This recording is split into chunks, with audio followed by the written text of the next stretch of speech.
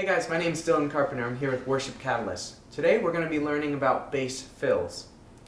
So, if you're watching this video and you haven't seen all the other videos about bass playing, I strongly recommend that you go watch them, because what this is going to cover is most of the skills that we learned in the other videos.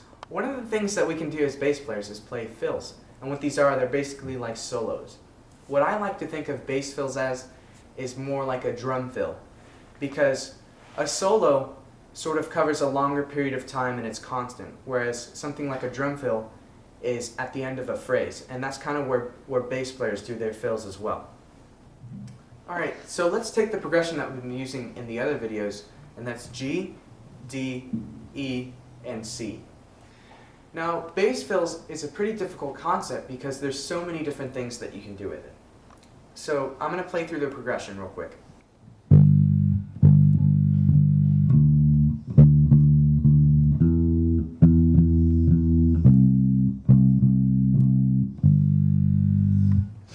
So with that progression you can play a fill, and probably the most appropriate place to play a fill would be in between the C at the very end and going down to the G.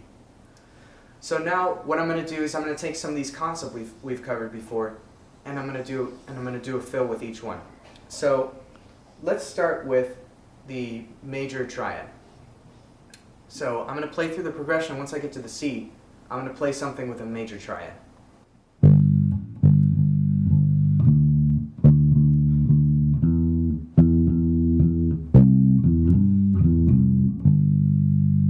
So what I just did in that is once I got to the C, I basically just played a C major triad, which if you remember the pattern, it goes C, E, G, and then you can play the C above that. And I just, kind of fiddled around with that on that one. So the next kind of fill that you can do is a slide. So I'm going to play through the progression, and once I get to a C, to the C chord at the end, I'm going to try doing a fill with a slide.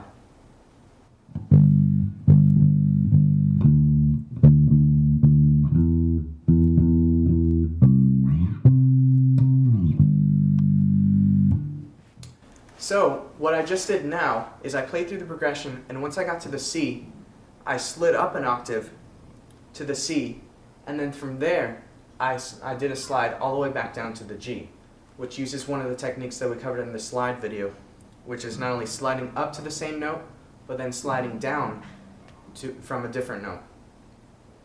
So next what you can do is passing tones.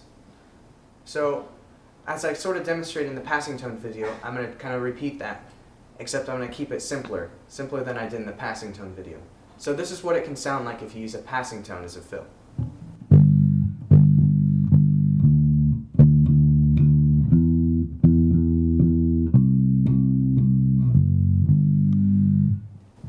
So that's a very simple fill, and instead of doing a fill on the C, I did it right before I hit the G. And as I mentioned in the passing tone video, what that is basically playing a note that's right above or right below the note that you're landing on. So what I did was I just played an F sharp right before I hit the G.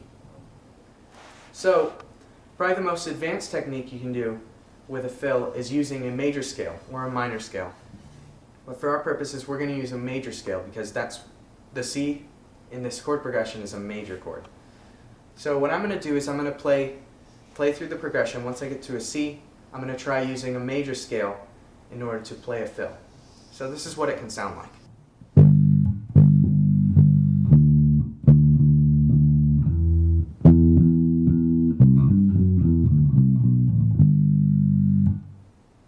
So what I did that time is I literally played a C major scale starting at the top and going all the way down to a G.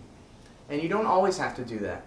Now what I'm going to show you is how to use the major scale without exactly playing all the notes in order of a major scale like I just did.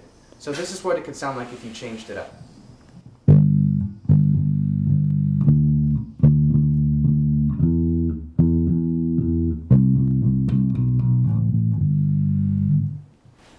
So that's another example of using a major scale. So to wrap it up, as you can see, there's plenty of different things that you can do for bass fills. Now one thing that I warn you guys of is to make sure that when you're doing fills that you keep in mind that it's just something to add to the music that what you don't want to do is get in your head that you're trying to show off for someone, because what we're really here to do is worship God. So with all things, this is also going to take some practice. So practice using all these different skills that we've learned in the other videos. Well, that's all I have for you today. Thanks for tuning in to this video. And if you have any other questions, go ahead and feel free to check out the website.